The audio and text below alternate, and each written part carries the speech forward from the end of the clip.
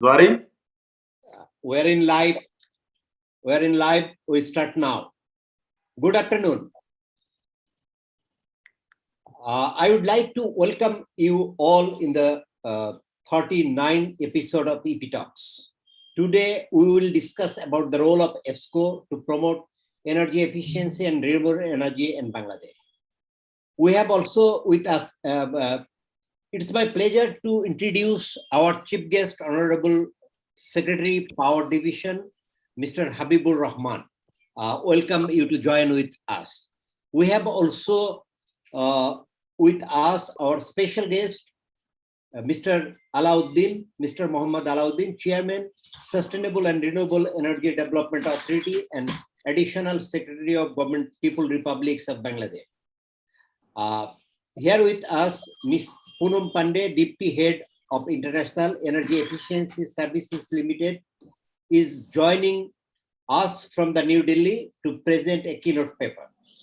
I would like to welcome our panelists to this talk, former Professor of BOET, Professor Izzaz Hussain, Mr. Alexander Ablaja, Co-Chair Asia Pacific ESCO Industry Alliance from Philippines, Mr. Siddiq Zubair, Senior Advisor ACML and former member SEDA, Mr.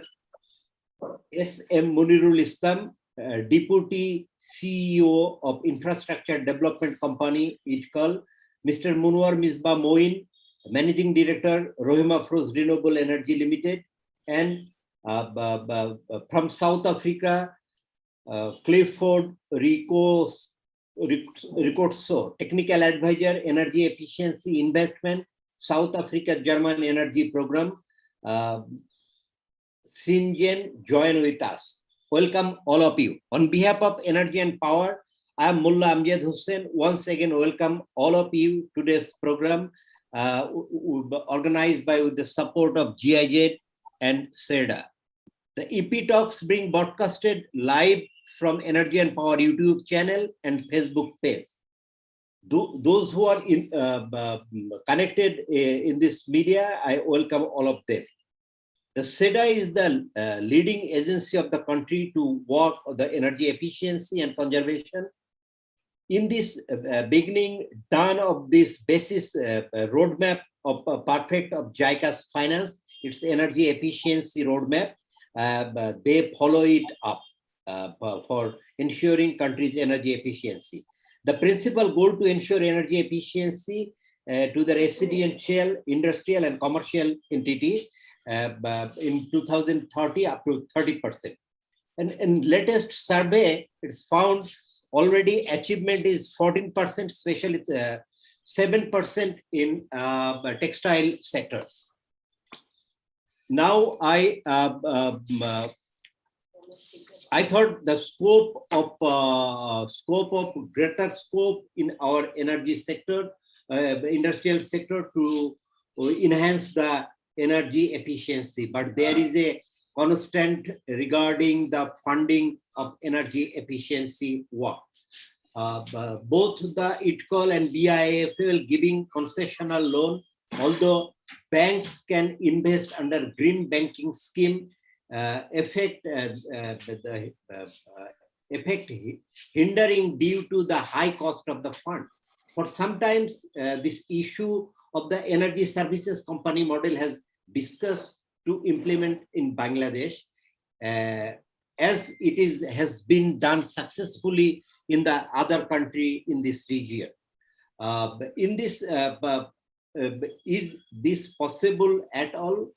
Let's hear that Mrs. Poonam Pandey, he is with us. I request her to make her presentation on this regard, and I also request her to finish her presentation within 15 minutes. Mrs. Poonam Pandey.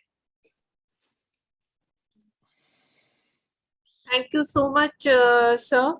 Good afternoon to all dignitaries present, His Excellency Mr. Rahman, Excellency Mr. Alauddin, and other sustainability leaders present in today's forum. I'm thankful to Energy and Power magazine as well as to SREDA and GIZ for organizing this talk and giving me an opportunity to present the ESCO concept as well as ESL experience in implementing these concepts to help promote the concept of energy efficiency as well as renewable energy initiatives in India as well as in overseas geographies. So with your permission, I'll share my screen.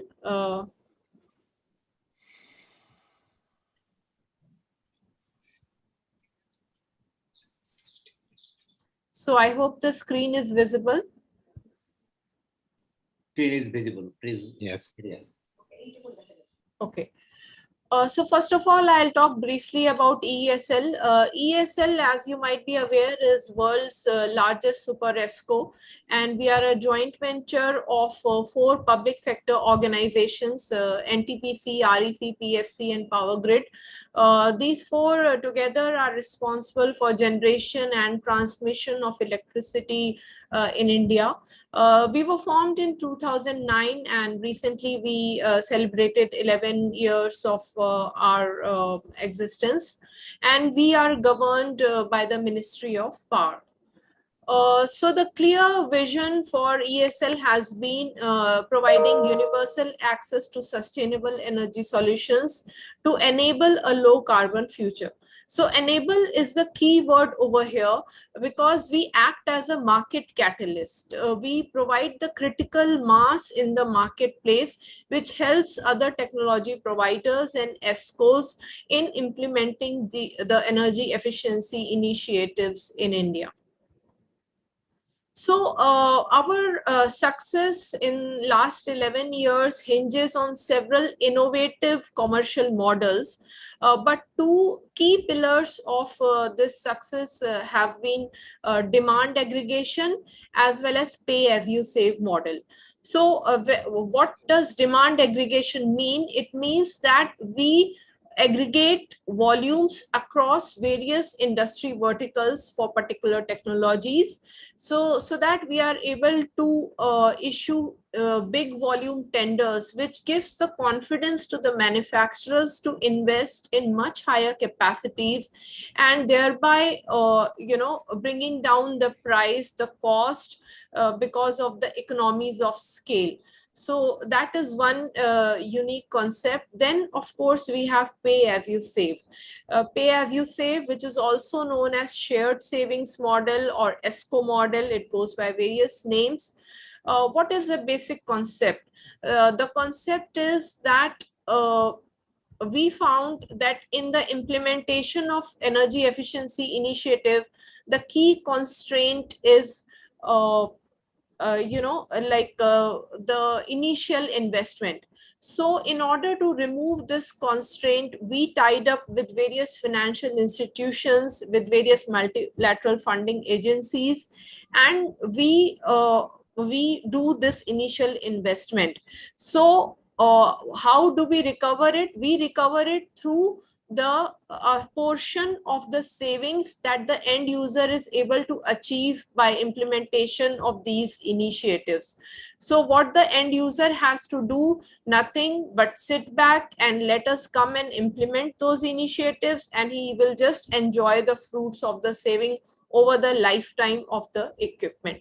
So this is what the shared saving model is all about. We have developed all the documentation, all the contract models, formats for this, so as to make it very easy and convenient for the end customer. So, but of course, it is easy for the end customer, but we have to do a lot of legwork in the background. We have to tie up with various regulatory bodies. We need to have a country partner, which helps us with the local regulatory issues. Then industry associations, we need to have dialogue with and understanding working model. We need to take on board various technology providers, show them the value in the whole proposition, conditions so that they also share, they work with us to be able to offer more attractive pricing to the end customer. And what this results in is much more attractive and affordable models for the property owners, or basically the end customers. So I'm sure you would have heard the Ujala success stories. So this has been brought about because of this demand aggregation. So like when we started the Ujala project, the LED bulb price at that time was $8 per bulb. But over the course of 2 years, because of this demand aggregation, we were able to bring down the price of this LED bulb from $8 to $1. And this really helped multiply the propagation of these bulbs across all over India. And till date, we have sold 367 million LED bulbs through our network. And apart from that, 1.5 billion LEDs through the private sector, which was enabled because of this initiative and idea from us. Then, of course, we have also done retrofit of 11 million energy efficient LED street lights with web-based control and monitoring system. We have a monitoring board, which you can also go on our site and you can view at any point of time how many lights are working, how many are off, and so on. We have also distributed 7 million solar study lamps, mainly to the economically backward section of the society, which has really helped in their upliftment. So what are our other offerings? E-vehicles are quite the rage now, and recently FAME 2 program has been announced in India for propagation of e-mobility, under which ESL has been entrusted with the responsibility of aggregating 300,000 three-wheelers and 200,000 two-wheelers, as well as e-buses, because nothing like having combining electric mobility and public transport to propagate and drive the sustainability initiative. Then, of course, we are working in the solar segment also. We have already, we have in hand around 2000 megawatt solar projects across the length and breadth of India. Smart metering, we have completed installation of around 1.5 million smart meters in UP, Bihar, Delhi. Municipal energy efficiency program, we have replaced the old inefficient pumps of various municipal bodies with the new efficient ones. Then we have the building energy efficiency program, under which we have retrofitted 10,000 buildings across India. Trigeneration is a unique concept. Basically, what we do is that we recover the waste heat generated in the gas turbine and utilize it for cooling as well as heating purposes. So,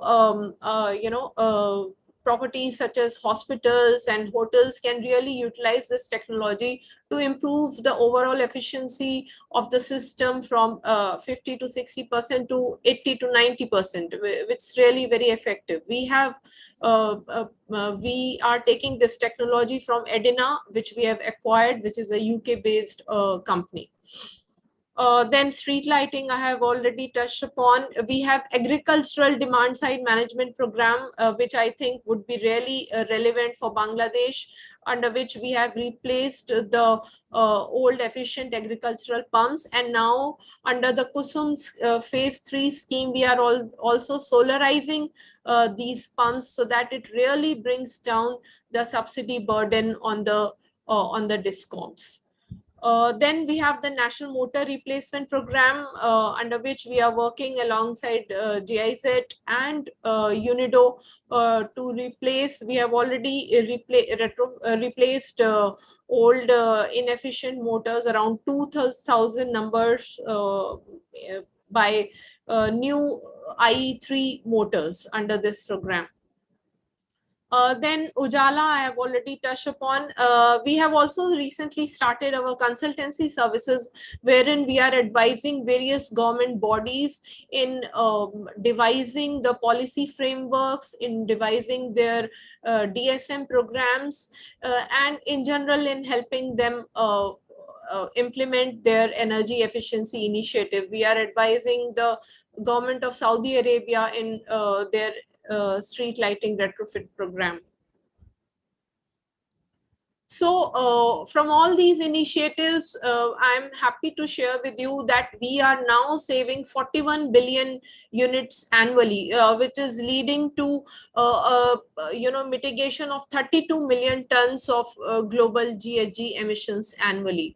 So this is our growth story. In the last 5 to 6 years, we have grown almost 40 times, and this is all thanks to these innovative business models. We have presence apart from India in across 4 continents in around a dozen countries.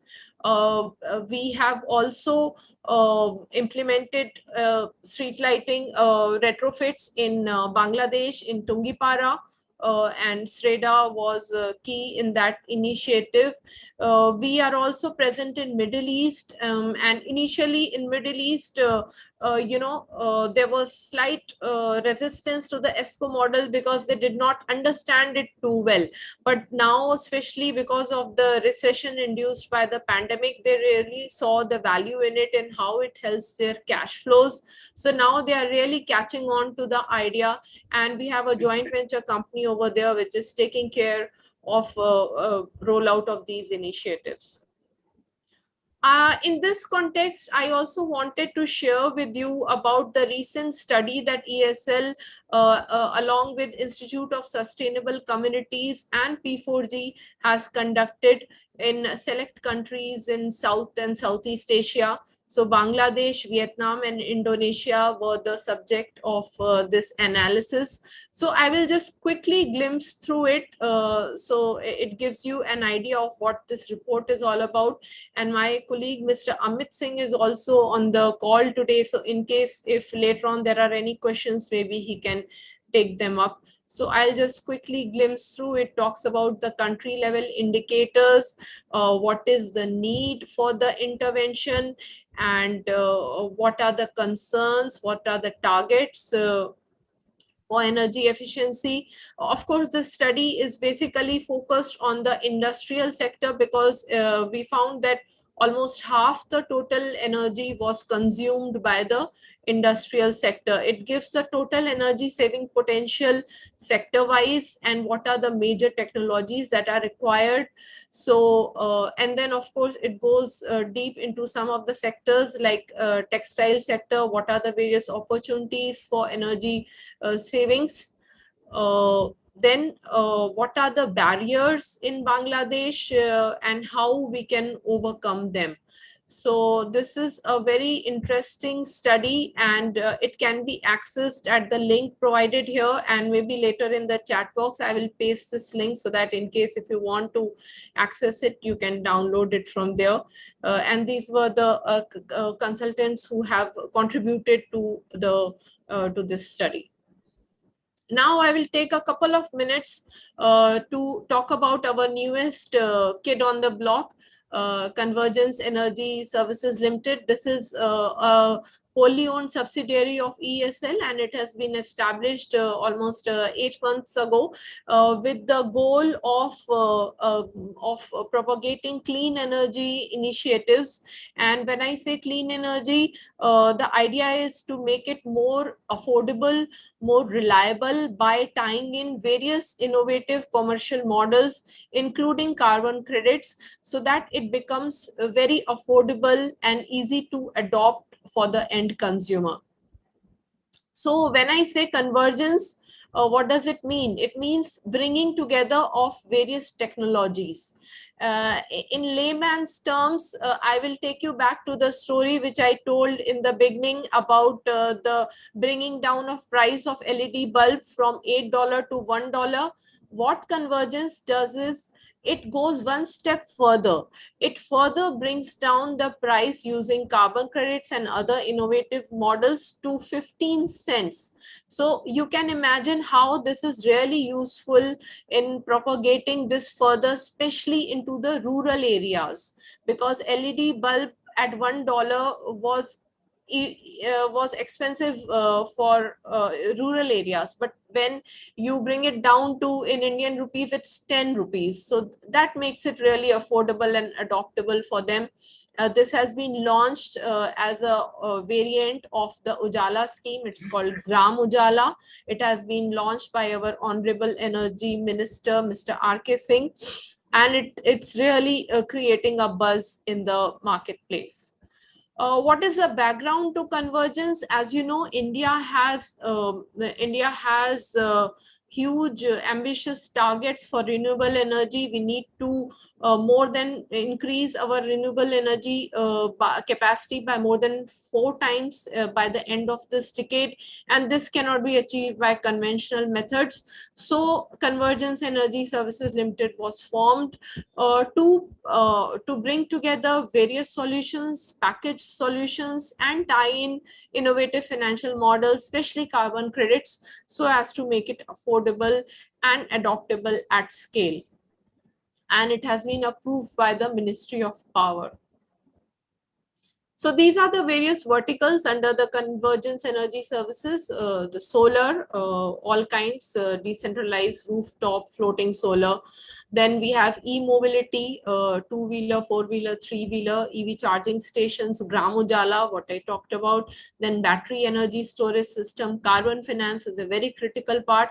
And then of course the international operations, our joint venture in UAE, which is looking after the Middle East and Africa operations.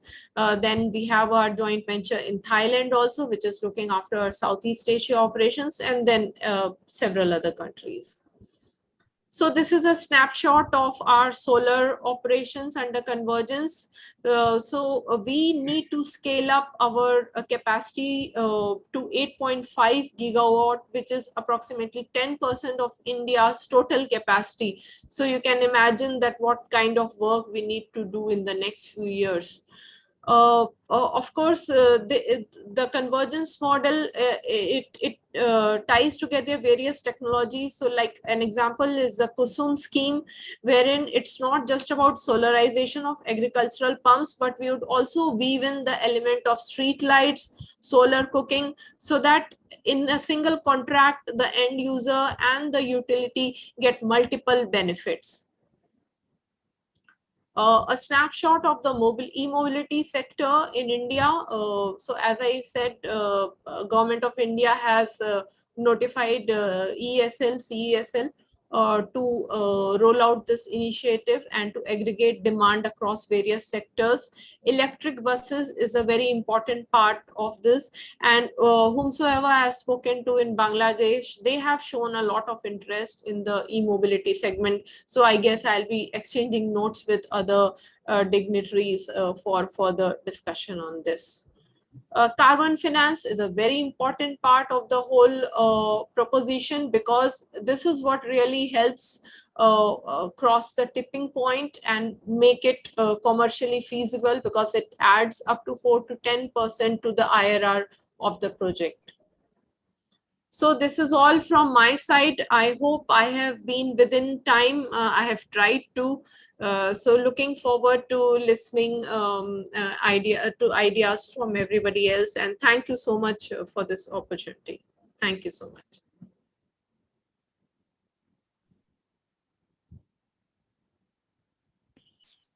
Thank you so much. Your nice presentation, Ms. Poonam.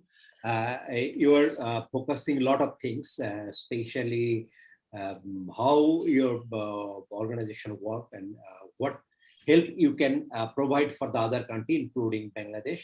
I think there is a scope to do a lot of work with EESL and SEDA in near future with renewable energy, e-mobility, as well as the energy efficiency through ESCO model. I will request you if any question raised regarding your presentation later on, Now I would like to invite the designated panelist. I first like to invite Mr. Monwar Mesbah Muin. He is the Managing Director of Rohim Afroz Renewable Energy Limited. I request him to highlight the issue how ESCO model can help to invest in renewable energy projects. Your opinion by 5 minutes. Yes, sure. Now, thank you very much, Mulanda sir. Thank you very much for inviting. And that was a wonderful presentation by Ms. Poonam. If I remember 7-8 years back when we had met them, they were in Dhaka. We were only talking, I think they were only talking LED lights and things like that. It's amazing to see how they have aggregated so many things into the ESCO concept. So that's a very interesting development. Of course, we are all aware that as basic as LED light, when if we want to take LED light to rural Bangladesh, as rightly highlighted by Ms. Poonam, is that we have to get into this, pay for you save model. That's a beautiful statement, and that is the best way to get quality LED light out there in rural Bangladesh. Because right now the problem is there are a lot of LED lights, but they are not of quality. So that's a huge gap in rural Bangladesh. And of course, the next big thing in the city, of course, is the rooftop solar, because rooftop solar significantly saves energy, especially for the industrial applications. And the net metering policy of the government is definitely helping in that regard. However, since the initial capex is still large from an industry perspective, because from their priority perspective, they would love to invest somewhere else. So that's one area where a lot of us are trying to put a ESCO offer in motion. I think once few of them happens, we will know that how well it works out. I'm sure learning from India and other places would be extremely helpful, because I think one of the big gap there is to understand the risk mitigation from the time period point of view. Initially, it all looks good, but what happens 8-10 years down the road, I think that's one area where we are yet to figure out. The other very interesting area which you have highlighted in the presentation, which is also very, very relevant for Bangladesh in case of e-mobility, is the mass transportation electric vehicle. Bangladesh has over 1 million mass transport electric vehicle, carrying almost 10-12 million passengers every day. And it's an amazing segment that needs to be organized, that needs to be better managed, disciplined, standardized. And we have a significant scope in bringing in all type of technology into mass transport, whether it's three-wheeler or taxis or buses. There are significant opportunity in, even very recently, I was having a conversation about the metro rail project in Dhaka city. So one of the biggest concern is once you come to the station, how do you move from the station to your last mile? So their electric vehicle mobility from charging stations at the metro, those are going to be very innovative and interesting need that will actually crop up. And ESCO in terms of productive use in renewable energy, that's where the rural area will get a lot of benefit. The only one so far, as we know, is the irrigation pump, which has been used. Some success with the ITCOL model, but I think more need to happen. But then again, we have opportunities in cold storage, milk chiller, rice dryer, so many small things that can add significant value to the agroeconomy, the livestock, the marine resources. So that's one area, because innovative technologies, initial upfront cost is high. there is a very good opportunity of designing something where there's a direct impact on the economic productivity and upliftment in rural Bangladesh. And as we all know, 65% of our population and almost similar GDP still come from rural economy. So any last mile energy delivery that helps us to alleviate that has significant opportunity. So definitely no two words. There are we have a lot to learn from experiences in India and other places. And policy, I'm sure our Honorable Secretary is here. Our chairman from SEDA is also here. With the right appropriate policy, I'm confident that the ESCO model can take its right shape. Thank you. Thank you very much, Mr. Manohar, for your kind word. Especially, you try to focus some agro-based industry and rural focus things, those who really help our rural economy for enhancement. And we all know about the government already work on the e-mobility policies, especially electrical vehicle policy. After finalize this policy, that can be, yes, you raise a very important point, the legalized and standardized the 1 million battery run vehicle, those who are running in the different cities, road and rural Bangladesh road. Hope our policy planner are here, they will think on these regards. Right now, I would like to invite our South African friend. Actually, South Africa is very new in ESCO model implementation. I have also some question for him. And what is the current ESCO market in the South Africa? As you were engaged in the development phase in South African ESCO market, could you please enlighten us what are the challenges you faced over there?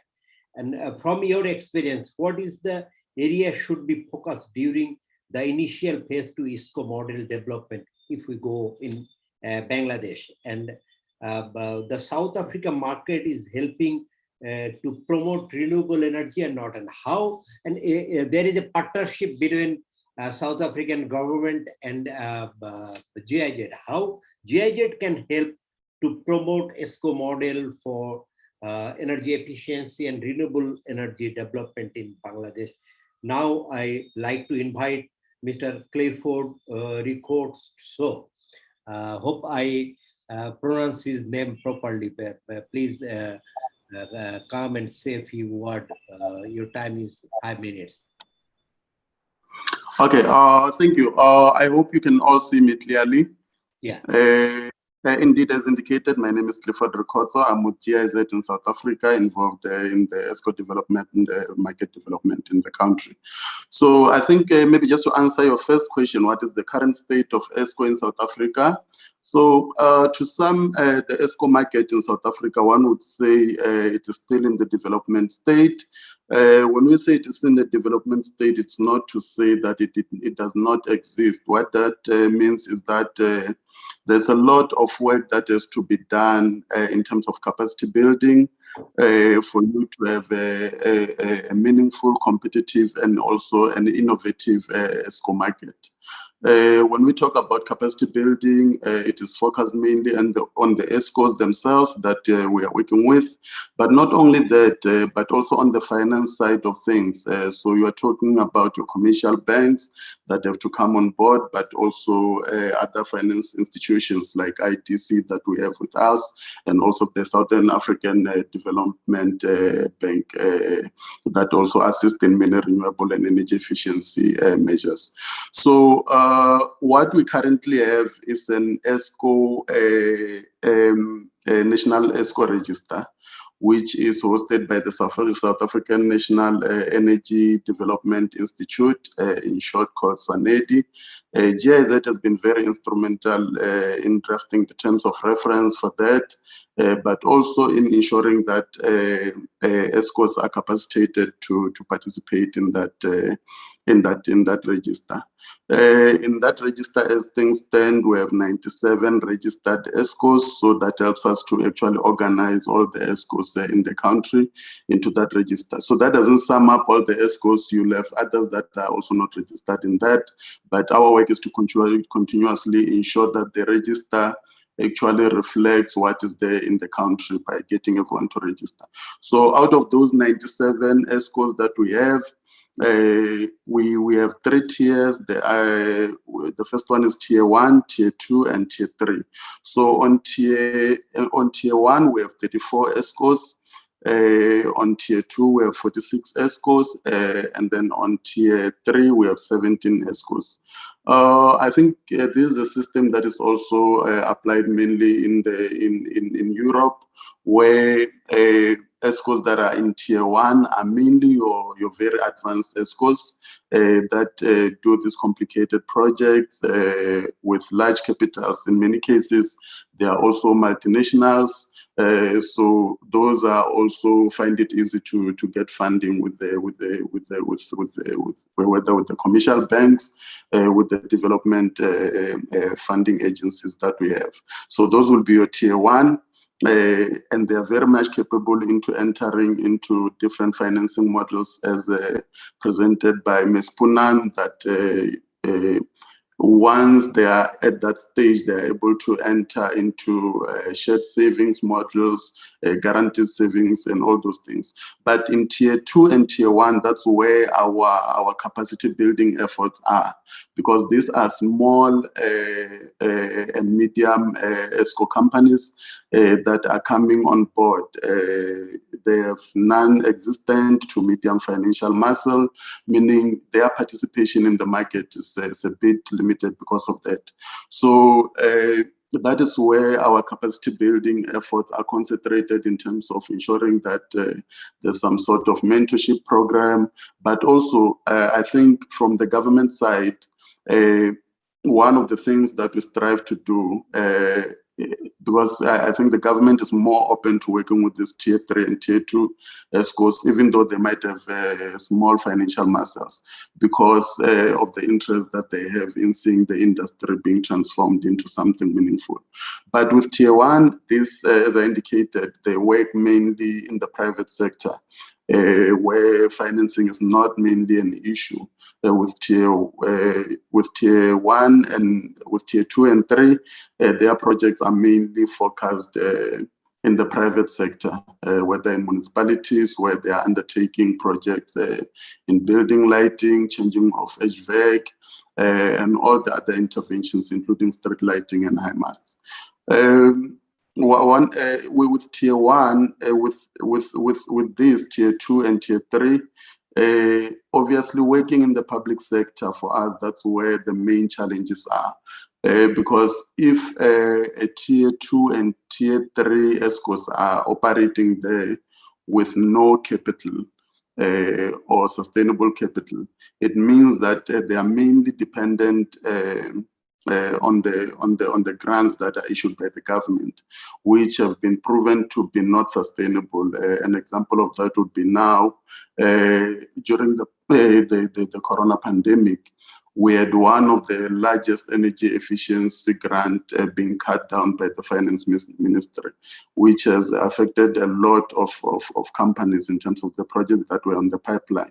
So it has clearly demonstrated that for those companies, the way that they are operating, the way that they are funding, where they just come and retrofit, and then they get paid, and then they leave without any sort of model for financing, is really not sustainable. So some of the challenges that this that are confronting the ESCO market development in South Africa will emanate from that. So you first have to look at organizing, which we are doing through the register, organizing the ESCO companies. working also with the ESCO association in the country, but also with the Ministry for Energy and Mineral Resources with the support of GIZ as a capacity building partner in that.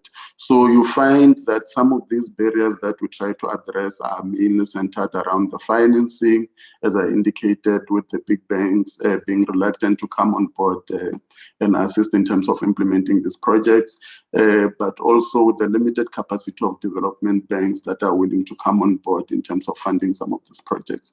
But where you want to see a change and where we think it's a real challenge is the innovation that is to occur. But for that to occur, there has to be a proper financial backing of these ESCOs. There should be people in the banking industry or in the development banks that are willing to take the risks that goes together with innovative models such as shared savings and all those other things. One of the other things that I have to interrupt. Please, can you please finish by 1 minute? Okay, thank you. Yeah, yeah. So in terms of challenges, that is that, but also issues around regulations that do not really allow companies in municipalities or in the private sector to really be innovative, because most of them don't restrict contracting to 3 years or less than that, whereas with certain models you'll need to enter into an agreement that is way beyond that in terms of time. But the other thing that is proven to be a challenge for us has been issues around capacity, as I've already indicated. So areas of support would include cooperation between all the involved stakeholders, but also capacity building, as I indicated, in terms of mentorship and other training programs that GIZ constantly strives to undertake to empower these ESCOs. Thank you. Thank you so much, Clifford, for your experience sharing with us. But you have already registered 97 companies, and those companies are worked in South Africa in different segments. Good to know that now by happy to invite SM Munirul Islam, Deputy CEO of ITCAL. Actually, ITCAL is the first public sector organization of Bangladesh, those who are investing money in mainstream energy as well as the renewable energy and energy efficiency. And they are the pioneer investor for the solar home systems. It's a flagship program of Bangladesh, and it can copy in several countries around the world. I invite Mr.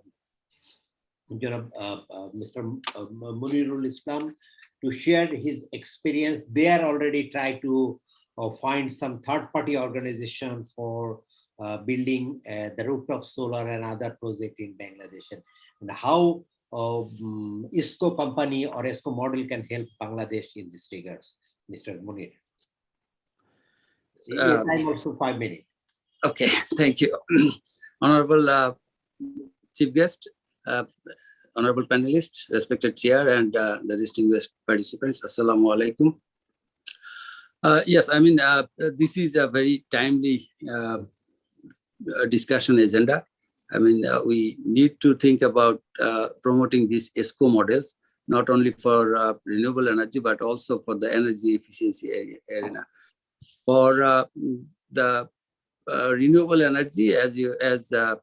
Amjad has already mentioned, that we are trying out some of the projects with the introduction of these ESCOs. For example, the rooftop projects.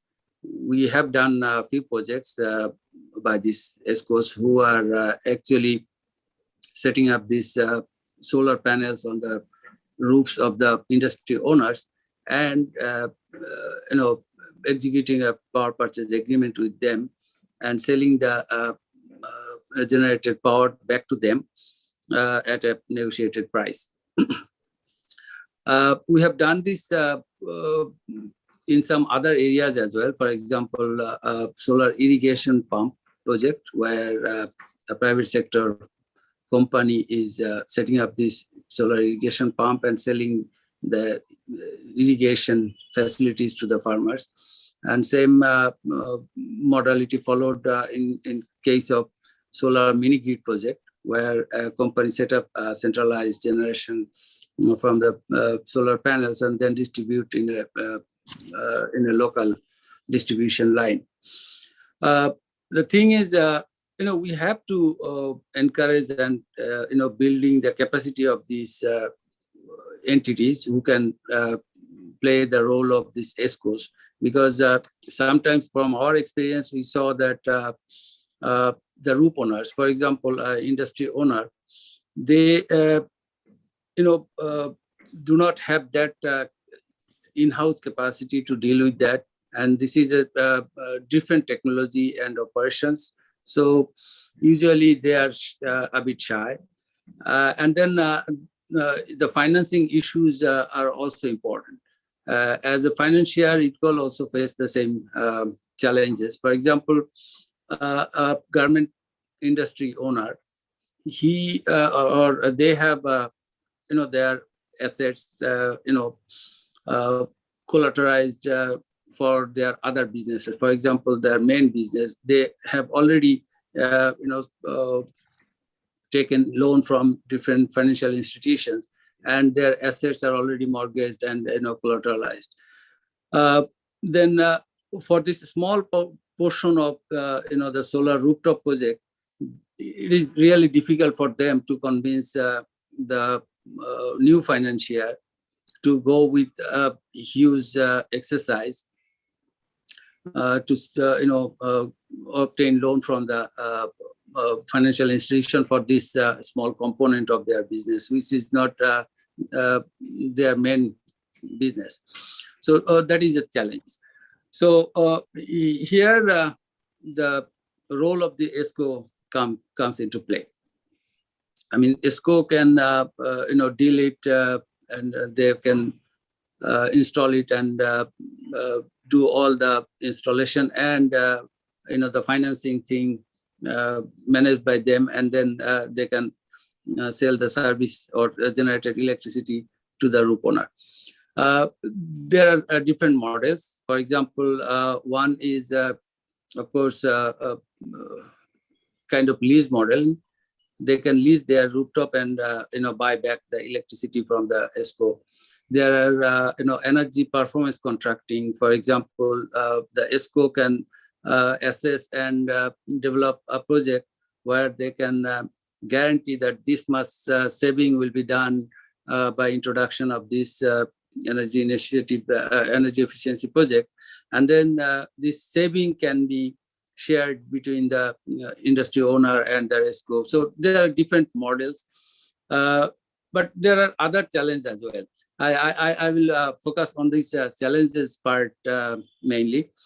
The thing is, we have our experiences in other projects that when we invite these private sector businesses to come in and join hands, and then I mean, there is a sort of risk for them. Their investment has to be safeguarded in some way. So we have to. We have the room for development of this legal framework area. I guess we still have that scope, though we have done a lot. I mean, government have introduced this net metering system and alignment with the utilities. So these are all positives, but still, I mean, what happens? ESCO contracted a project with a roof owner, and the industry owner faces challenges in his core business. And what happens to the ESCO? So these are the areas, we have to have some answer to that. So, and then there are other problems. For example, ESCO, when they go for the repeat projects, I mean, they do not have much asset to give as collateral to the banks. So after 2-3 projects, probably they can accommodate, and then when they go for the other projects, they run short of their asset to give comfort to the financier to seek to obtain the loan from them. So I mean, there are other issues as well. For example, I mean, well, I'll come back to that point again. One is, the ESCO. I mean, we have to develop their capacity and create some incentive for them, and most importantly, we have to have some safeguarding mechanism for their investment, and also there has to be a sort of guardian who can really play a role of referee if anything goes wrong between the parties. So these are the areas probably we have to work a bit more. Yes, and for demand aggregation, there is a scope for working further as well. For example, we, with the help of World Bank experts, we tried to introduce a demand aggregation model. The first, the aggregation of some roofs of small factories and contract it to the market. I mean, go through a bidding process where they can bid and win the contract and set up the installation over different roofs. And that will be a pool of roofs, and that will also give a sort of economy of scale, and that way it will be viable as a business proposal. But the thing is, I mean, for example, ITCOL is not an authority. So when we are going to aggregate this demand, Munir, it will be better if you finish. Sure. The thing is, I mean, there is a kind of obligation of the aggregator as well. I mean, he has to has some sort of authority to play the role of referee and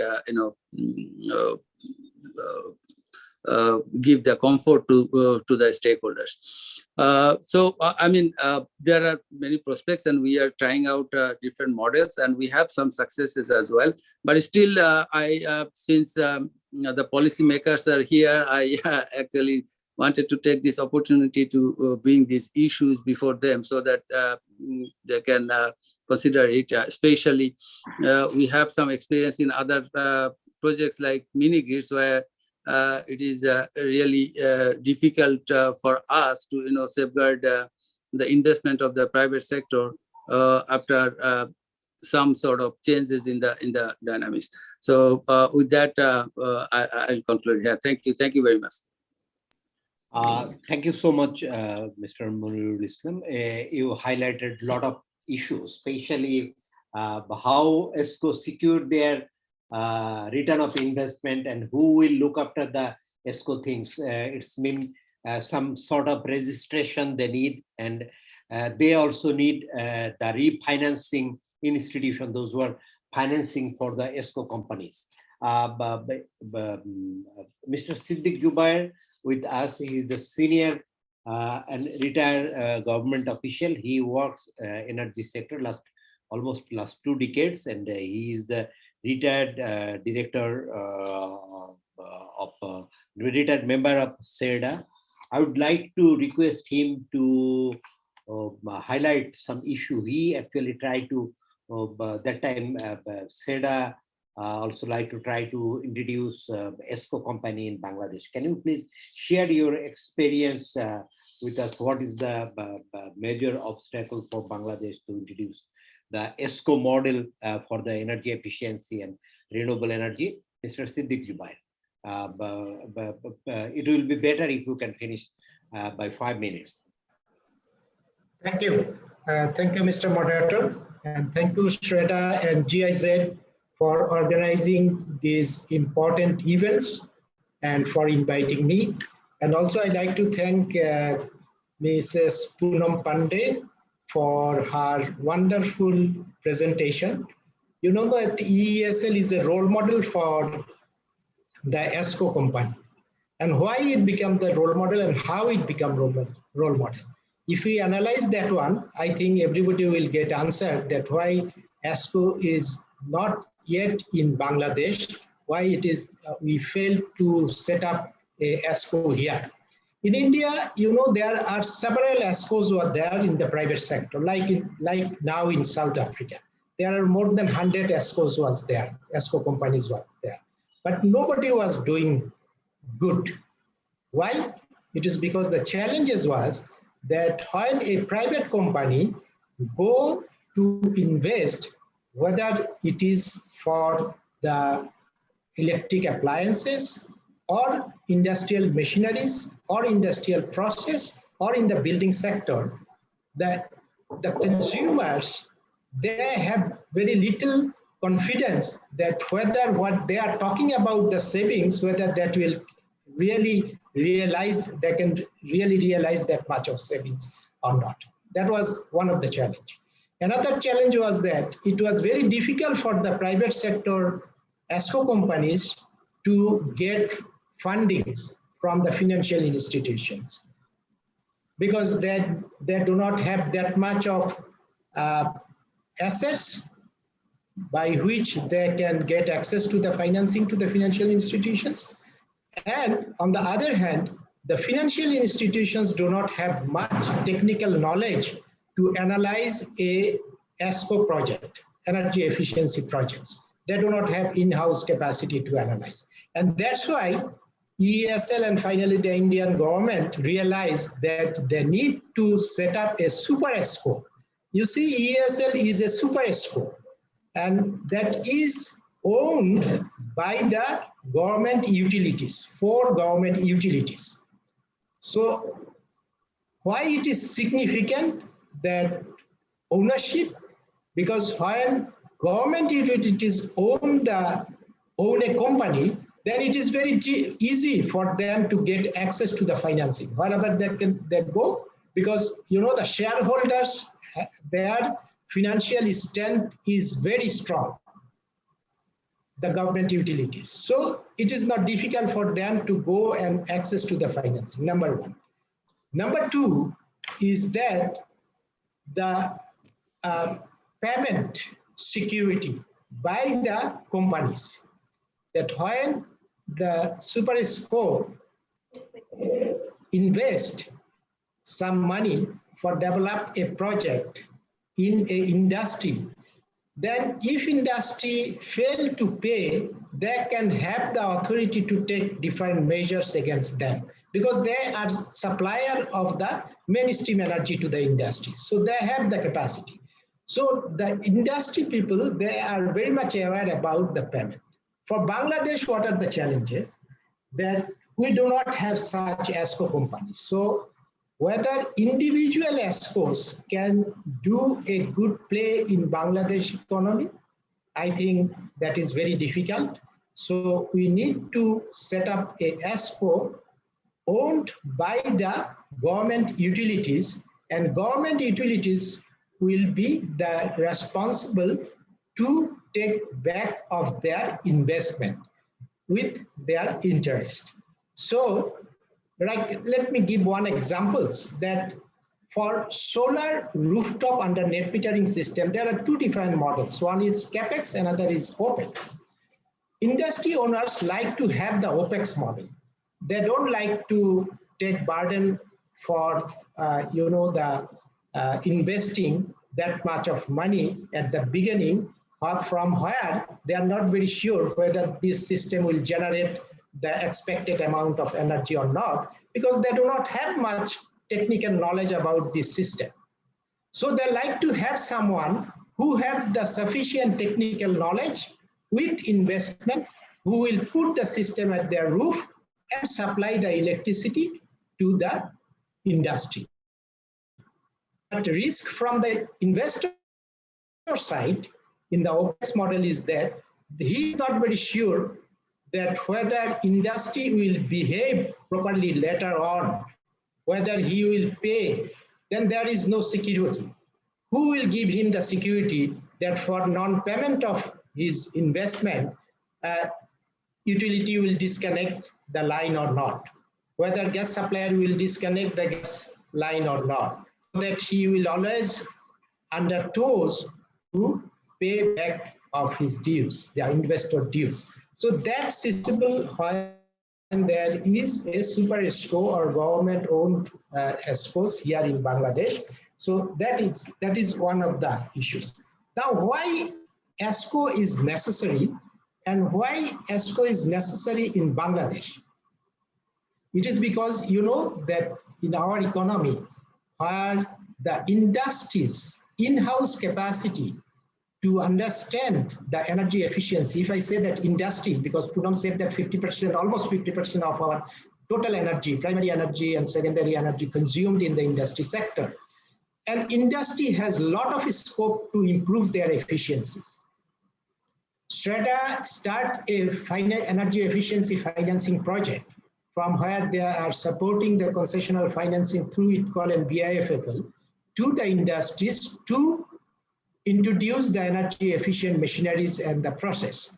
And that project showed that there is a significant amount of energy can save in the industries. Of course, it differs from industry to industry, from sector to sector, like the savings from textile may not be the same as the savings from the cement, but there is a significant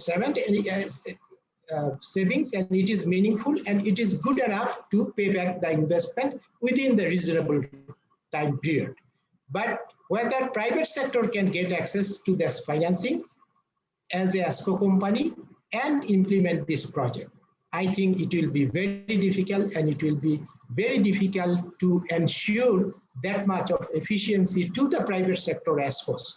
That's why my recommendation is that there must be a ESCO in Bangladesh, but that should be according to the model that implemented in India, ESL, that it must be owned by the government-owned utilities, and it will be a government company which will in fact facilitate the energy efficiency equipment and appliances manufacturers to sell their product in a quicker manner, and they can take return of their investment. So that there are many industries will develop in Bangladesh who will produce the energy efficient appliances and machineries, so that our industrialization will go ahead.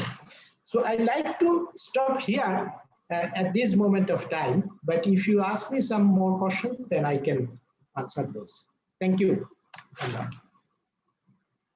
Thank you so much, Mr. Siddiq Jubar, for your valuable comments. Actually, you raised a very big question and a great question about the policy question about the government of Bangladesh can go for the Indian model or not. Here we invite Alexander Ablaja. He is the key personalities in ESCO industry in South Asia. He is the chair of South Asian ESCO, co-chair of South Asian ESCO Alliance. I like to invite him to share some of the points actually contracting. Could you please elaborate more on ESCO contracting as a starter? Which model may be more suitable for Bangladesh? And from your experience, which ESCO model work very well and why? And also how ESCO may mitigate risk in the project financing. Your time is 5 minutes. Thank you so much, Mr. Moderator. Many thanks. I'm honored by the invitation of SREDA and GIZ Bangladesh and Energy and Power. My afternoon greetings to all my fellow panelists and to all the participants. I would like to request that my slides be up. It's very good to reconnect with Bangladesh. When I was in IFC, I was trying to get banks to finance resource efficiency and energy efficiency in the textile and garment sector. And I was also when I was in ADB, I was in the early days I think when it's okay. Everything, see the presentation? yes, yes.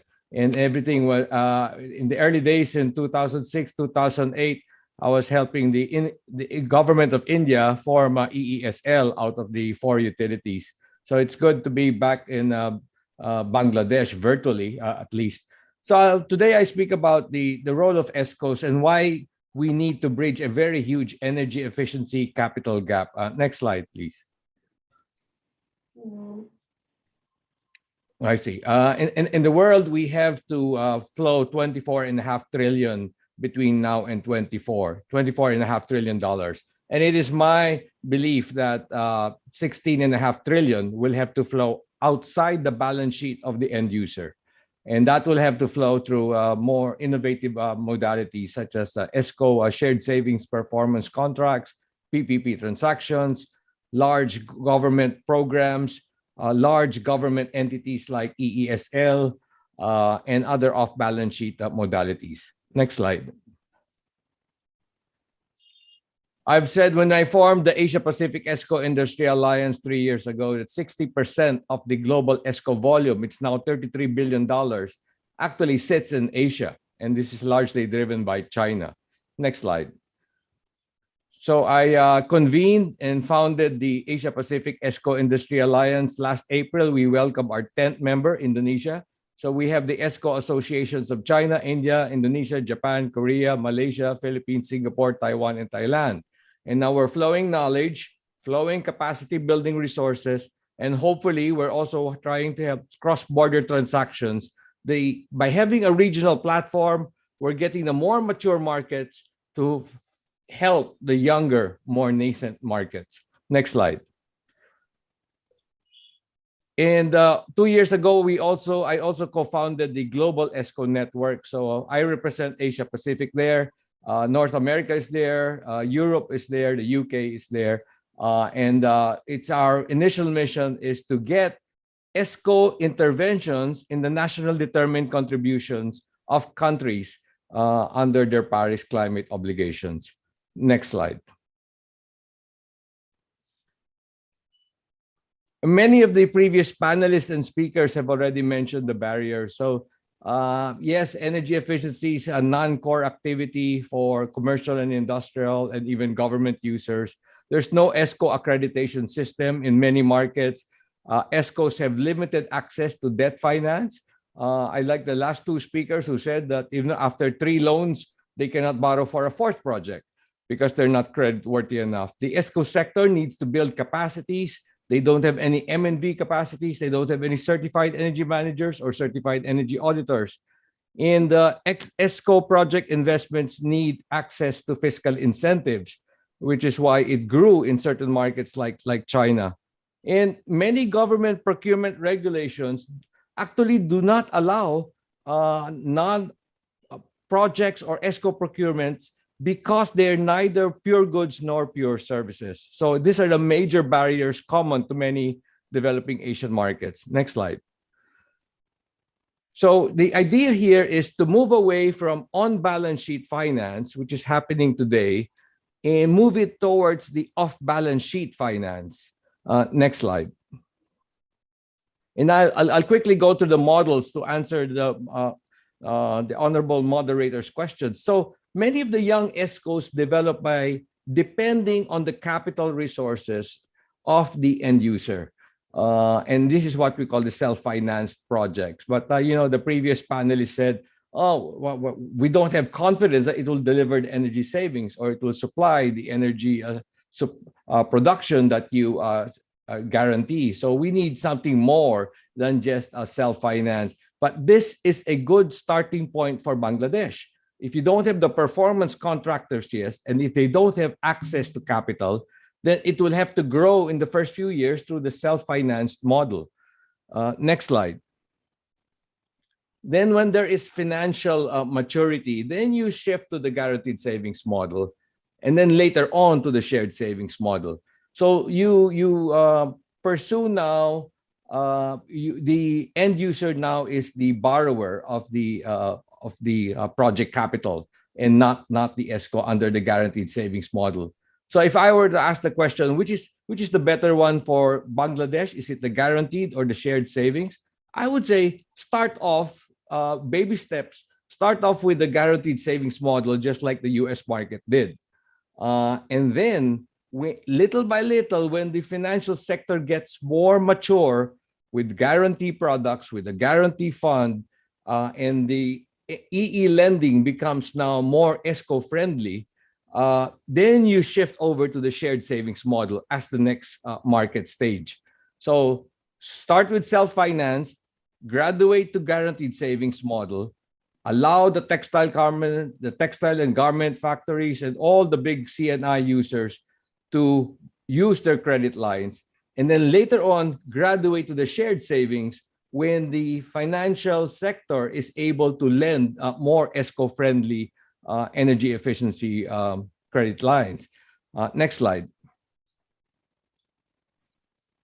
And when you have already some critical mass of good ESCOs that are credit-worthy, that have certified professionals, that are accredited under and have received incentives, it is now time for a third-party investor to flow not debt but equity. So this is something that I have ever since I left the ADB and IFC.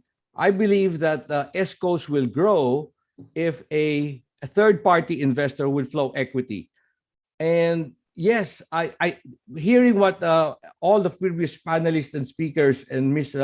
Poonam has mentioned, perhaps Bangladesh one day could have a government entity that could be the super ESCO, the third-party investor, and flow equity capital, own the assets of several ESCOs.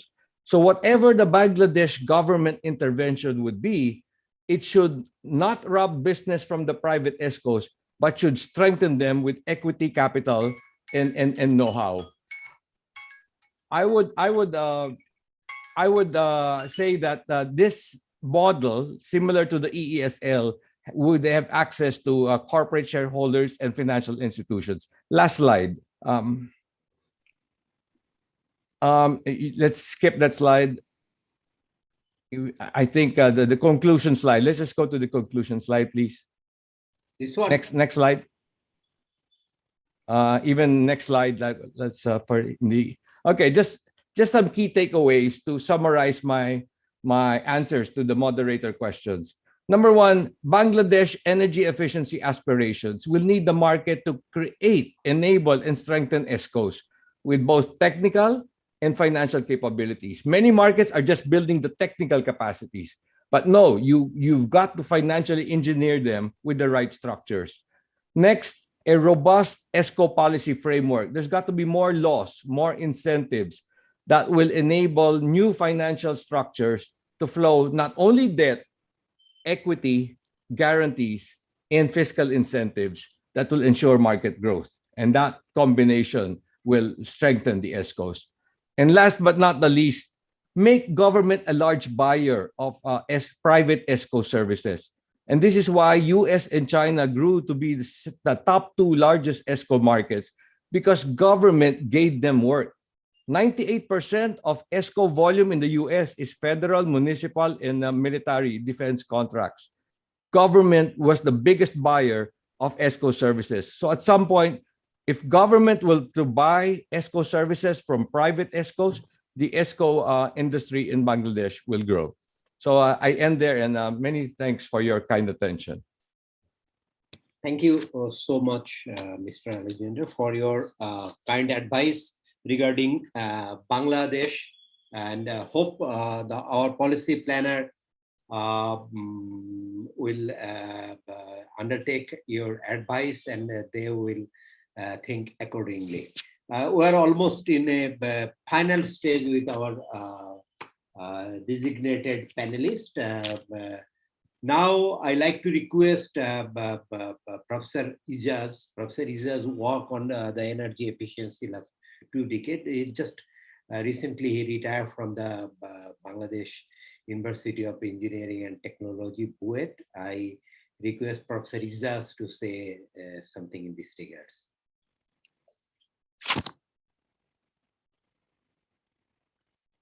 Professor Izas. Can you hear me? Yes, yes. Yes, but probably you can't see me, right? No, your videos. Yeah, I'll put on my camera. Yeah. Okay. Oh, sorry, this is protected and shut. Yes, you can see me now, right? Yes. Okay, thanks. Actually, I didn't want to speak because I really don't have very much idea and experience about ESCOs, but I do have a lot of idea about energy efficiency and renewable energy in Bangladesh. So, I can probably say a few things. Now, one of the reasons is that I don't have very much good idea about ESCOs in Bangladesh because they're not there. I mean, in Bangladesh, they're not operating. I mean, but a lot of people have said very good things about what are the barriers, how they can be brought in, and how what are the different models. So really, I don't want to add anything more. I actually can't add anything more, but I can add a few things to this thing. Is that you have to when you want to get into a business, it's a business after all. I mean, you have to understand that what is the market for this business. Okay, now in a country where 53% of the grid electricity goes to the domestic sector, you can understand that the industrial sector has not grown to that level where ESCOs can operate or ESCOs can be effective. The other thing is that a lot of people can't understand that how Bangladesh is achieving a lot of growth. There's so many things and all. Often we hear this thing in a dysfunctional country and an economy. How is all this growth happening? And then the trick or the truth is that a lot of the growth is happening in the SME sector. So how ESCOs can work with the SMEs is really the model that we need for Bangladesh. And people have talked about it, and there are a lot of ifs and buts about it. But I have not seen a very good ESCO model which can reach SMEs. First of all, they are not interested. And second is that, is there money to be made? Now, I really liked what Alexander Blaza said, that in a country like Bangladesh, the government has to play a big role. The government has to patronize these ESCOs, because whatever said and done, Bangladesh government still is a big player in consuming energy in Bangladesh. Now, the other thing is what I want to say is that if you look at the industry sector, one industry, the garments industry, dominates the energy sector. And there have been so many studies on the garment sector. Some things have happened. We are still talking about how we can approach them. So it's one sector, same type of equipment, same type of machines, but still we are not being able to approach them correctly. So if you are going to have ESCOs, how will they operate? How will they make profit is really what we need to understand. Now, India has a big advantage, huge advantage.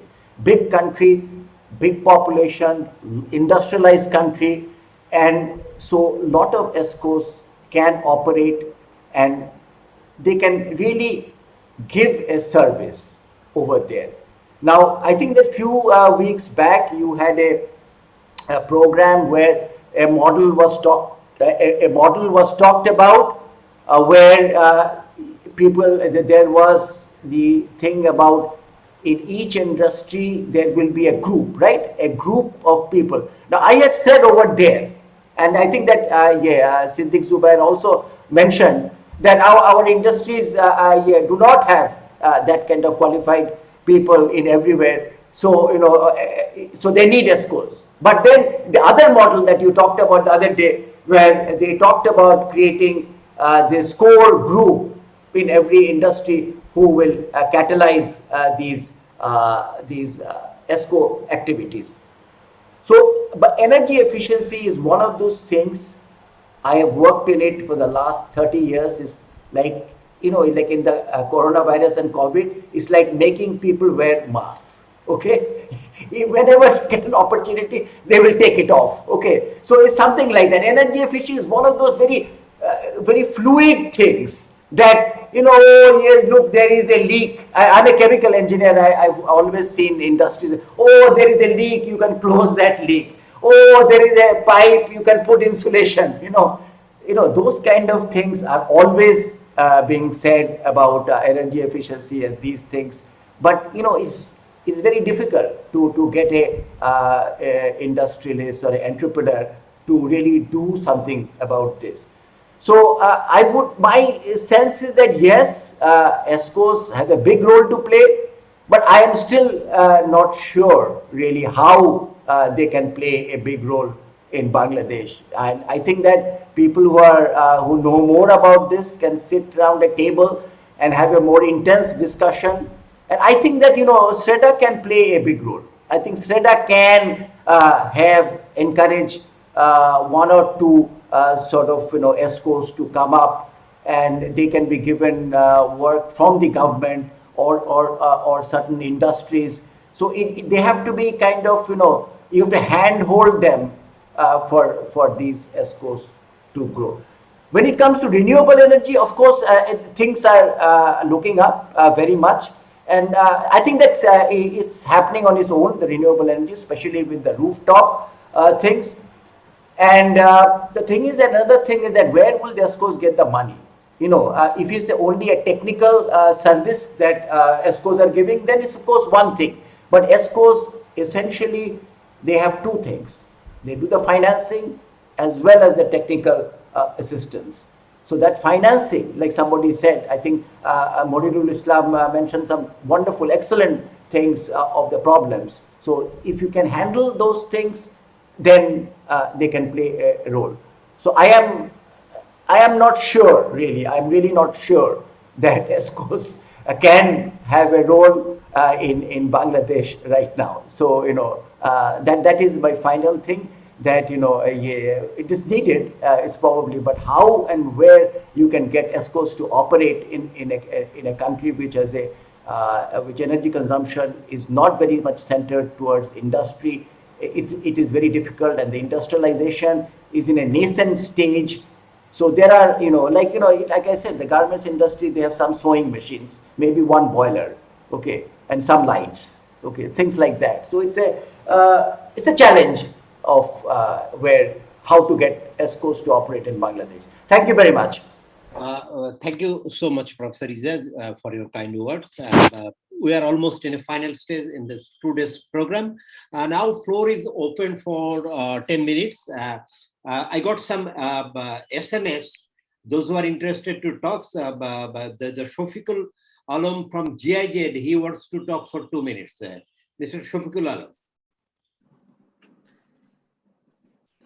Thank you, Amjad Bhai. Can you hear me? Yes, please.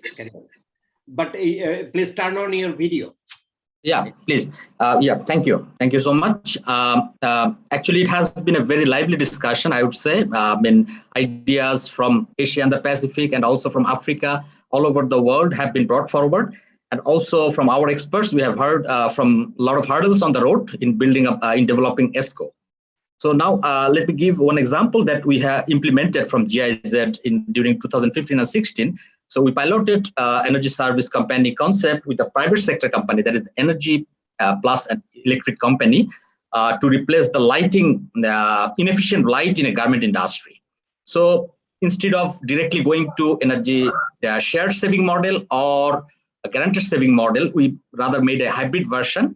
So ESCO took the loan from a bank and then replaced the inefficient tube lights of the industry, changed it, and they installed LED lights. So now they what we tried to do, we for 1 year, first they supplied and installed, and they received up to 50% of the total cost, installation and equipment, appliance cost. And the remaining 50% was spread over a year in equal 4 installments to ensure the performance as to whether those lines are performing up to the standards they mentioned during the supply stage. So they rather recovered the payment in 1 year.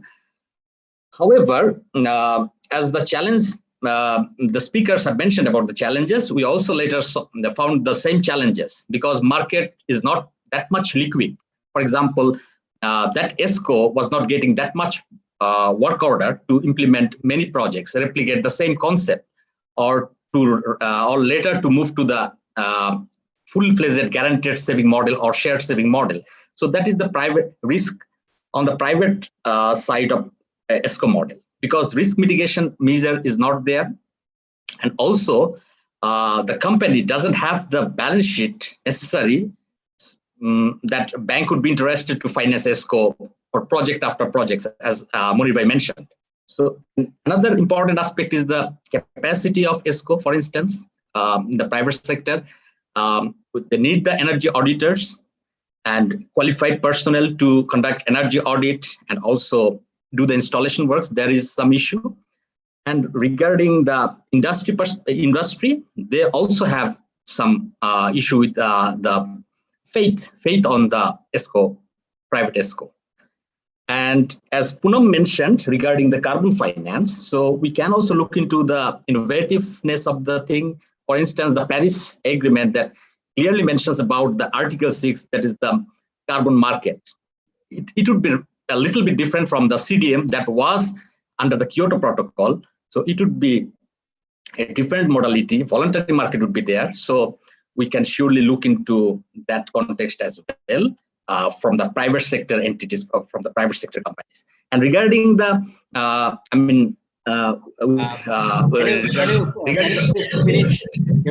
yeah, last point. Regarding the point mentioned by Ijaz sir, so the small energy efficiency working group, one point is the model was developed considering the thumb rule, for instance, 80-20 rule. 20% of the entities normally consume, in many cases, 80% of energy. So, first implementing the idea in the large entities, and then later on we can replicate or develop the capacity of the small entities. Yeah, thank you. Thank you, Mr. Shafiqullah Alam, for your kind word. Engineer Khandakar Abdul Salek, for 2 minutes, for your time, 2 minutes. Okay, for 2 minutes, I'm not addressing the chief guests and others. It's a very thought-provoking. I'm not addressing also Poonam and Alexander, but since the power secretary is here, has Bangladesh any option than to grow big in energy efficiency and renewable? No option. We have to grow big because we are relying on imported fuel, power and energy both getting very expensive. We have to have downstream demand management. For that, the ESCO model can be a thought-provoking options. And we have seen all the challenges, but all these challenges has been overcome by countries like India and other countries. We don't have to invent anything. As Siddiq Zubair has put forward, for Bangladesh, for ESCO to grow, the utility service providers must take some stake. Think of the special economic zone. How the energy and power supply will be guaranteed there. If ESCO can start in a small way, but these organizations like Special Economic Zone Authority or BESA, they can be super ESCOs in Bangladesh. Definitely, Bangladesh, this model can be practiced in Bangladesh as has been practiced in other countries. If South Africa can get over the challenges, if Vietnam and other countries can get over the challenges, with so many smart people, with so many different working organizations in Bangladesh, it can grow. I can tell you, if we don't do things like this, Bangladesh in 2-3 years will have great difficulties in supplying power and energy at affordable cost. Thank you very much. Thank you so much, Engineer Khandakar Abdul Salek. Can I invite Mr. Amit Singh to say 1 or 2 minutes regarding your study? You can study Bangladesh too.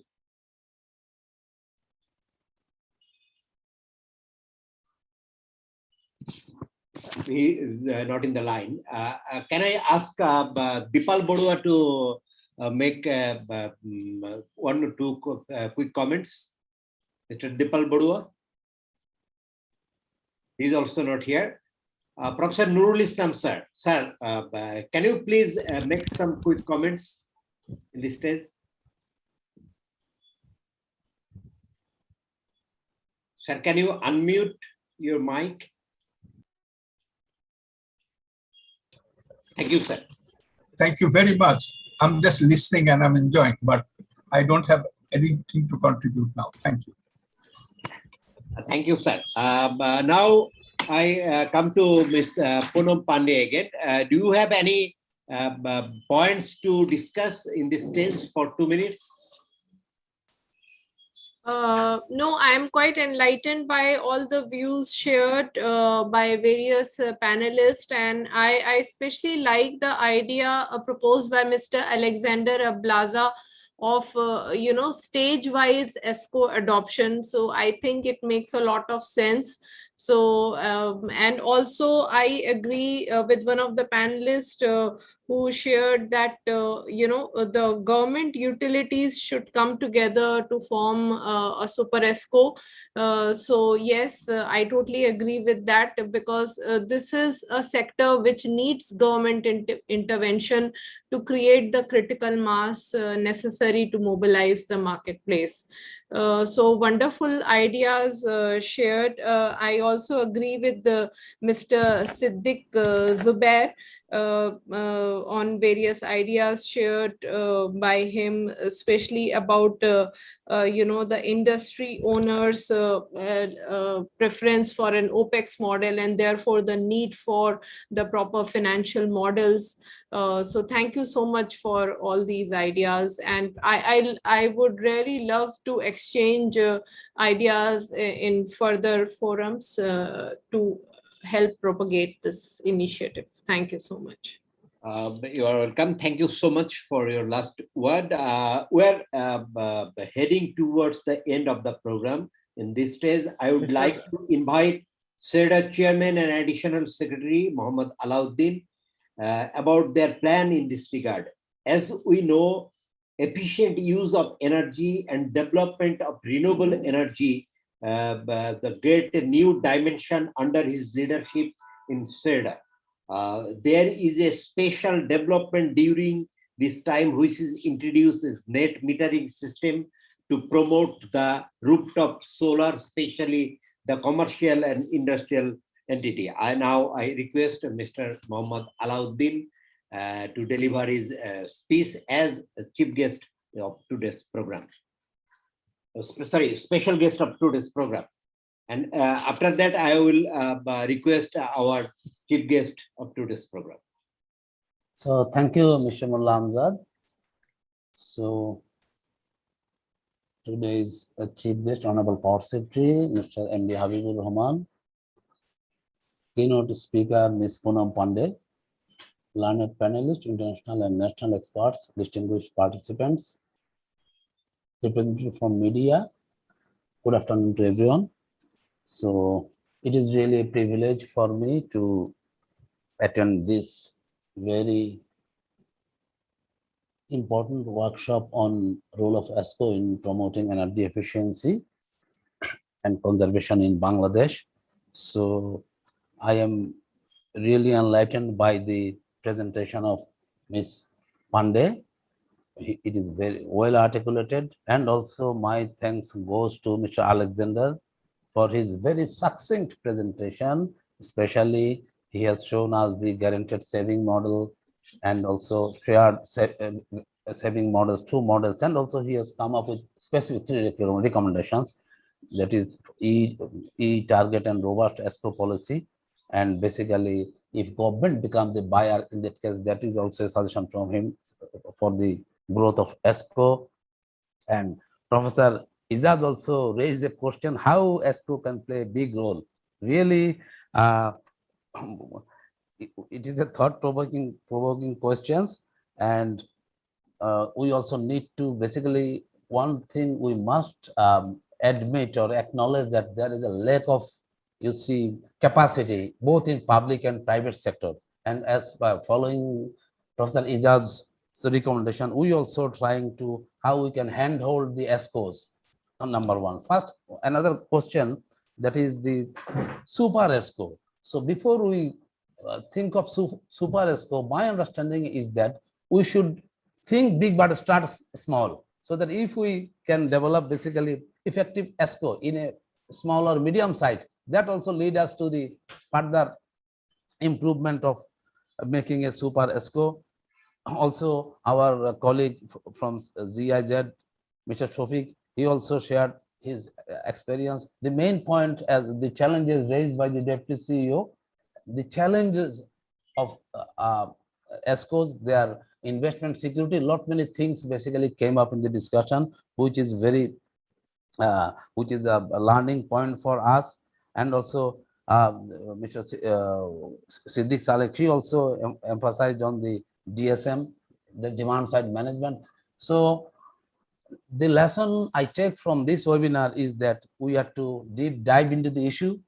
Basically, we have to learn by doing. And from SREDA, what we did basically to open up the windows for the ESCOs. For example, our net metering policy with the provision of CAPEX and OPEX model. I believe the OPEX model opens up the window for the ESCOs, and also our specific target on energy efficiency and conservation policy up to 2030 specifically tells the target to achieve by 2030. All these targets, I basically will encourage the ESCOs to grow.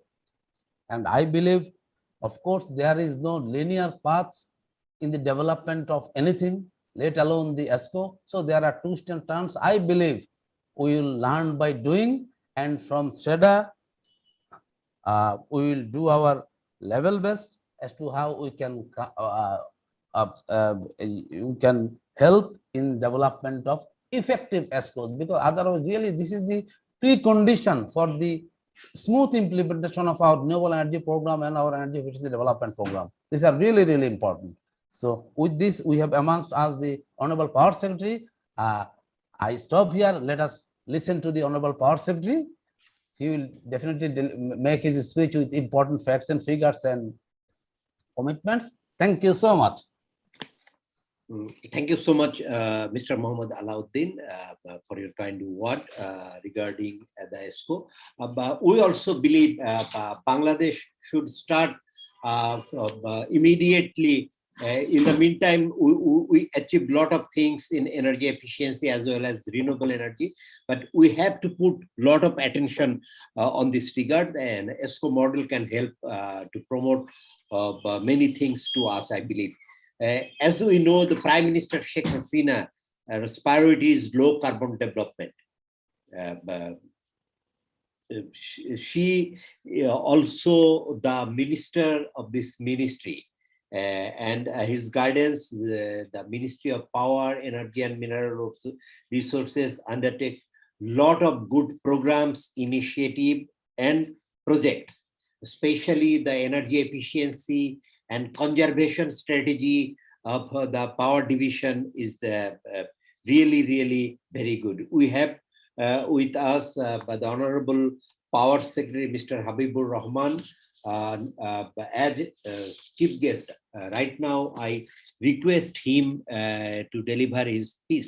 I personally believe in his leadership, the energy efficiency and conservation things are getting more and more momentum, and he will able to introduce ESCO model in Bangladesh for promoting renewable energy and energy efficiency. Mr. Habibur Rahman, sir. Thank you, Honorable moderator of today's webinar, the keynote speaker and eminent panelists, dear colleagues, international and national experts, Chairman SREDA, distinguished participants, representatives from media, good afternoon. At the beginning of my speech, I would like to pay my humble respect to the greatest Bengali of all time, the father of the nation, Bangabandhu Sheikh Mujibur Rahman. I also would like to pay respect, humble respect to the martyrs of our independence war. I'm pleased to attend the webinar on role of ESCO to promote energy efficiency and renewable energy in Bangladesh. You all are aware that today a global energy transformation is underway with more emphasis on renewable energy and energy efficiency and conservation. In keeping with global trend, Bangladesh has also taken initiative to deploy more renewables and adopt energy efficiency and conservation measures. Increased deployment of renewables and adoption of energy efficiency devices calls for suitable services delivery mechanism through energy service company like ESCO. Service provision through ESCO is a proven way and has been applied successfully in many countries across the world. I thank the keynote speaker for articulating the concept, different modalities, and sharing success stories. Other international experts have also shared their experiences from which Bangladesh can learn. On the basis of discussion, I can clearly see the ESCO could bear some of the risk of industries aspiring to be energy efficient and to build renewable energy systems. This is what matters the most, as industries have their own businesses for which they have expertise. Therefore, they need expert advices to identify energy efficiency and alternative opportunities at their premises with complete feasibility study and implementation plan. Further, they need to report to implement the projects. If ESCO in Bangladesh, like in other countries, could deliver this energy transformation on the demand side, could be faster. In this competitive world, there is no stopping of innovation and adoption of new alternative ideas. We shall also gradually adopt in the ESCO models. And SREDA is the right agency to take forward these ideas. While we will have universal electricity access soon, we cannot be complacent. We shall pursue our efforts to make energy uses pattern more efficient and the energy system more environment friendly. In case any support is deemed necessary, we are happy to provide. Before I conclude, I can mention citing a very well-known proverb that a 1,000-mile journey always starts with a humble step. In as far as the introduction or introduction of the ESCO in Bangladesh, I think now is the time to take that humble step. And I believe that as a government organization, as an organization to lead the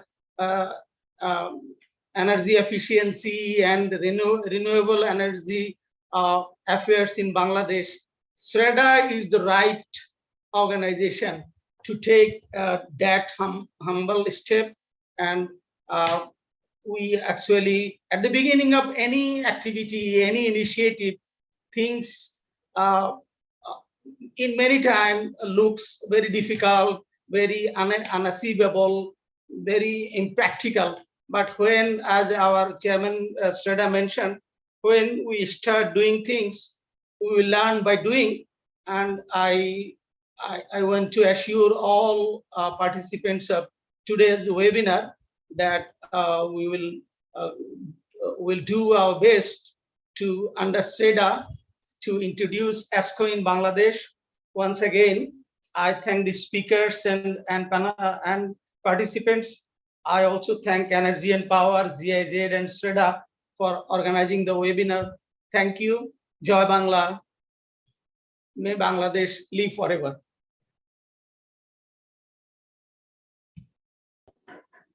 Thank you so much, Honorable Secretary, Mr. Habibur Rahman, for your kind presence and valuable comments. We also believe SREDA is the proper organization, and they have the capability and strategy to take initiative to introduce ESCO model in Bangladesh, and we believe the chairman SEDA will make it with the support of Power Division, and we are also with the SEDA. Thank you so much, SEDA and GIZ, to supporting to organize this webinar in this regards. We offer special thanks for our foreign guests joined from South Africa, Philippines, and India. We also express gratitude and guests joined from the Dhaka. We hope we'll see again in next program of EP Talks or EP 30 minutes. Keep well and take care. Thank you all. Thank you so much. Very interesting discussions. Thank you so much. Thank you. Thanks a lot. Thank you and bye. Thank you, sir. Thank you, sir. Bye. Thank you, everyone. Thank you, Thank everybody. you so much Okay. for the presentation, sir.